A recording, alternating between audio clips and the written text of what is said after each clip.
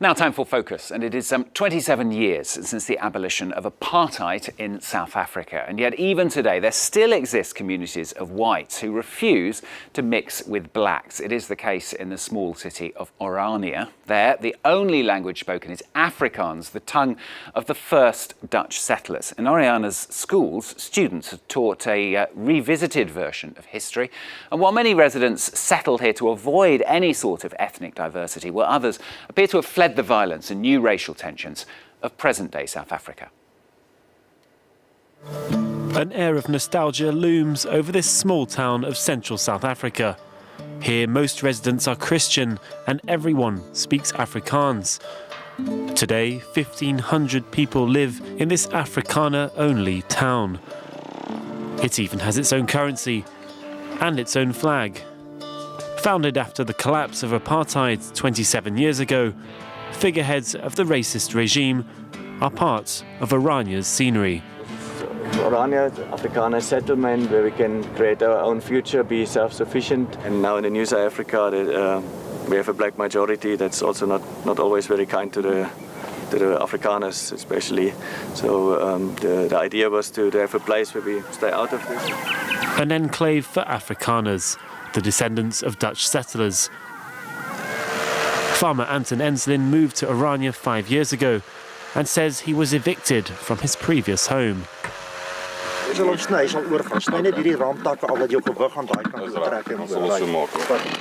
When his land was claimed by black South Africans, he accepted compensation from the government. As soon as the land claim was published, the intimidation started. My father gave me the advice and said, Anton, let us sell the farm because we have to let go some of the land. We can't keep the whole South Africa for us. But now, all of us here is feeling safe. We are happy. Anton might be happy, but he isn't reassured. He's concerned that he could be evicted again. The government plans to accelerate redistribution of land to black South Africans by expropriating white farmers. This time, there will be no compensation. Orania's residents are fearful their heritage could slowly disappear. Je moet mij nou eens 'n bietjie wys wat jy besig is om te doen en sê as ek jou kan help met iets, wys my watter. In this school, the students have two different syllabuses, the state's official program and Orania's version. It is geography and history in one book from the viewpoint of the new regime, which is also subjective. This is more from our viewpoint, so they can compare the two and they can make their own opinion. The town's syllabus makes no mention of Nelson Mandela, who they say isn't part of their history, a stronghold for Afrikaner culture. A group of workers who stopped by at this supermarket saw the town for the first time. I think it's not a problem they are living alone, but we also feel like we have to live with them because we are all human beings. No, it's actually sad for me to see a place like this. It's very small and live alone. So is this the refuge for nostalgics of apartheid or the reflection of an unease among certain Afrikaners today? This couple is considering moving here and the town is providing them with a house for a week before they take a final decision. Dis al 28 jaar wat ek daar gebly het. Maar dinge raak maar net moeiliker vir ons in die sin van om werk te kry en The local council has offered to assist Leonardo with setting up his electrical company. He says that the laws aiming to increase black employment have turned against white South Africans. Where I'm staying, it's, to get work is so hard. And I think that's mainly because of my skin color. It's getting worse and worse. I mean, like 15 years back, I went to the shop, I walked, I did what I want. Now I don't go alone anymore. Last year, there were 57 murders in South Africa every day, a number that has been on the rise for the past 6 years. And meanwhile, Oranye's population grew by 10%.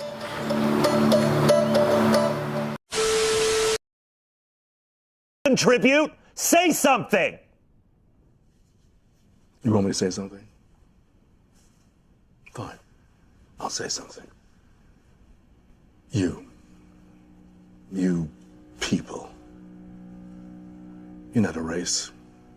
You are a virus. You destroy the world. Everything beautiful you poison. You drag us from our homes, you rape our daughters, murder our sons. You crack our spines and do all you can to break our will. You stab us. Then you put the knife in our hand and tell us it's our fault. And if you don't do it yourself, you stand by, close your eyes, and pretend there's nothing wrong. And then you pray to your God to silence our screams so that you can enjoy the happiness that we built for you with our blood. But it's not your fault. It's the only way you know how to be. And the only thing that will change anything is if another virus comes along and does to you what you do to us. And I hope that happens very soon.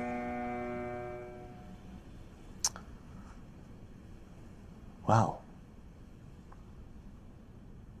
This evening obviously hasn't gone as I'd hoped. And I think I'm having a full-on panic attack right now, so I'm gonna go to the bathroom and get myself together, and when I come back, I hope you don't see me as the devil.